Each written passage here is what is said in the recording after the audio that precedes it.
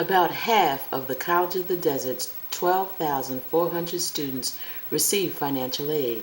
That means some 6,000 of us depend on aid, not just for tuition, but for books and supplies needed to function effectively in class. However, the school's payment schedule makes it tough for many disadvantaged students to keep up. In some cases, students are dropped from classes when they miss assignments because they can't afford the materials needed to do the work.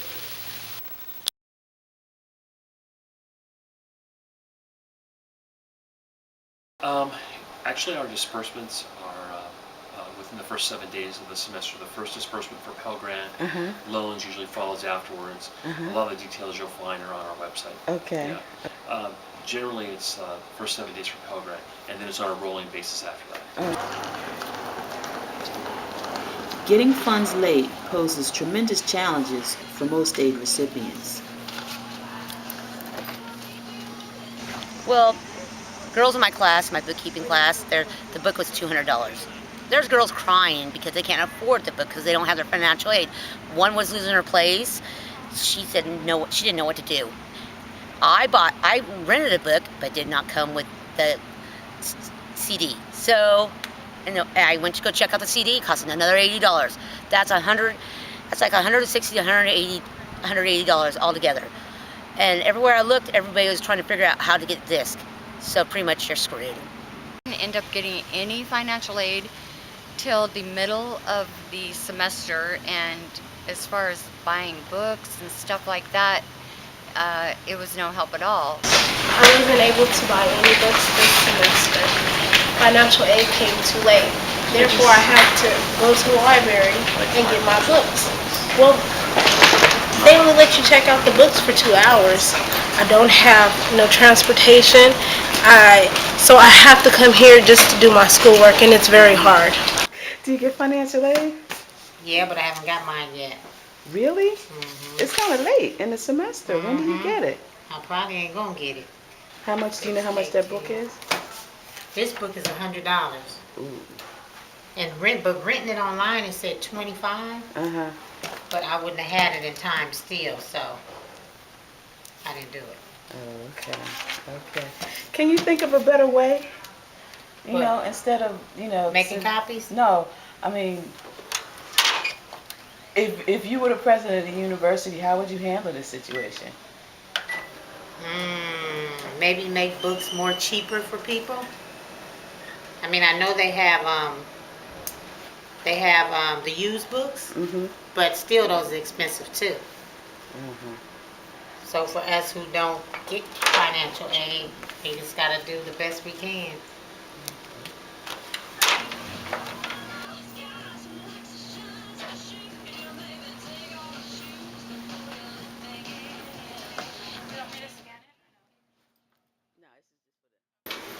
What time in the semester did you get your financial aid?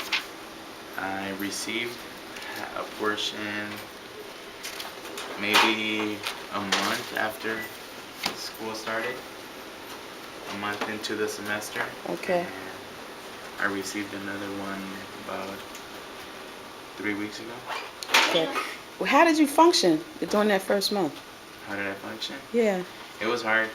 I was mostly just making copies to get by with the classes, with the work that I needed. Okay. How did your teachers know what situation you was in? They were aware of it. They said not to worry about it. We weren't going to get to the book for at least 2 or 3 weeks into the semester. Finding books is difficult, but getting software and equipment while you wait for that aid check raises the bar waist high. The hardest class, though, to complete without a book was, because I'm in the digital design and production, was software.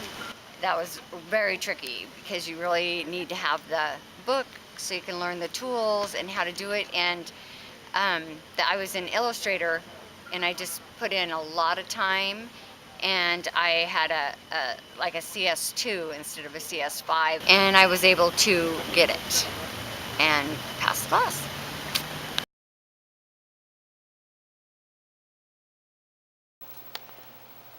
Rat can move at her own pace in most digital design and production classes. Most instructors in the major allow students to enroll, then get the grade they earn at the end of the semester. Some do not.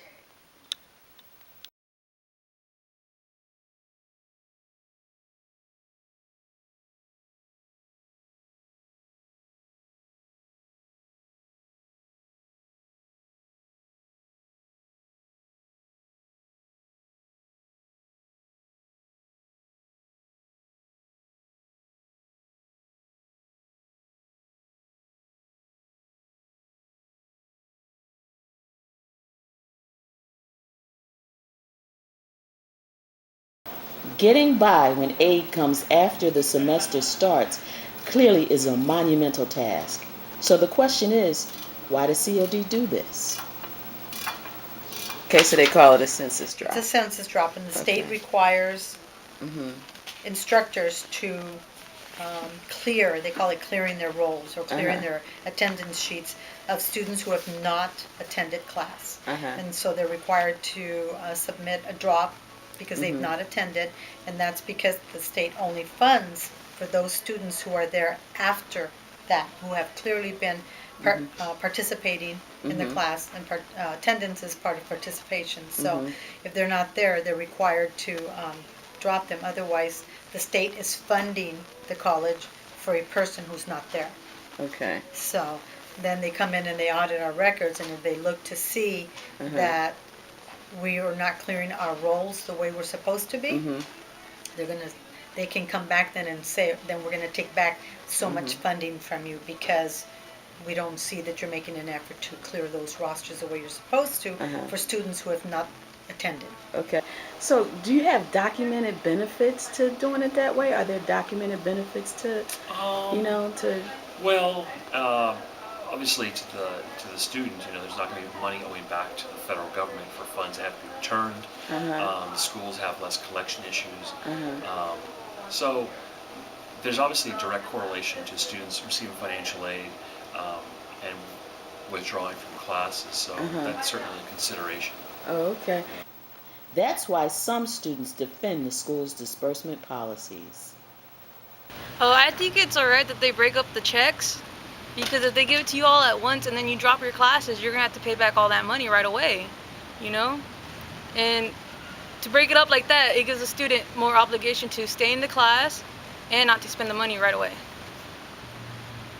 Colleges where they do give it to you all at once, and I've dropped my classes and had to pay it all back. And I didn't have the money to pay it all back, and so I ended up having to get on a payment plan and couldn't get financial aid for a while. So I think it's only fair that they break it up like that to make sure you stay in the classes. Chris speaks for those who lose their way and are protected by the status quo. Nevertheless, COD is looking at ways to make the two opposite ends meet. Regulatory change about students having to get their Pell Grants within the first 7 days of classes. And the rationale for that is that students can purchase books and supplies. I'm looking to see if we can't move that out to the first day of classes. Not just within the first 7 days, which is the law, but within the first day of class, right? So that's one thing I'm looking at. Another thing that I'm exploring with other departments and student services, as well as the business office, is whether or not we can implement some kind of bookstore voucher system where students can get books basically using their financial aid before their funds are dispersed to them. And then the books and supplies are backed out of that. I'm not sure that's going to work with the college because of the current systems we have in place. In addition to getting aid to students faster, COD is improving its data gathering methods. This way, the school will know how many dolphins it's catching in the tuna net. These are the reasons why the student drops. And one is economic issues, conflicts with work schedule, family obligations, transportation issues, medical reasons, fear of failing a course, changed major or no longer needed to graduate, difficulty understanding the course material, and any other reasons. But on the other, I don't think there's a space for explaining. That would have been an ideal place to say the student dropped the class because he or she didn't have the textbook on time. Okay. And then we also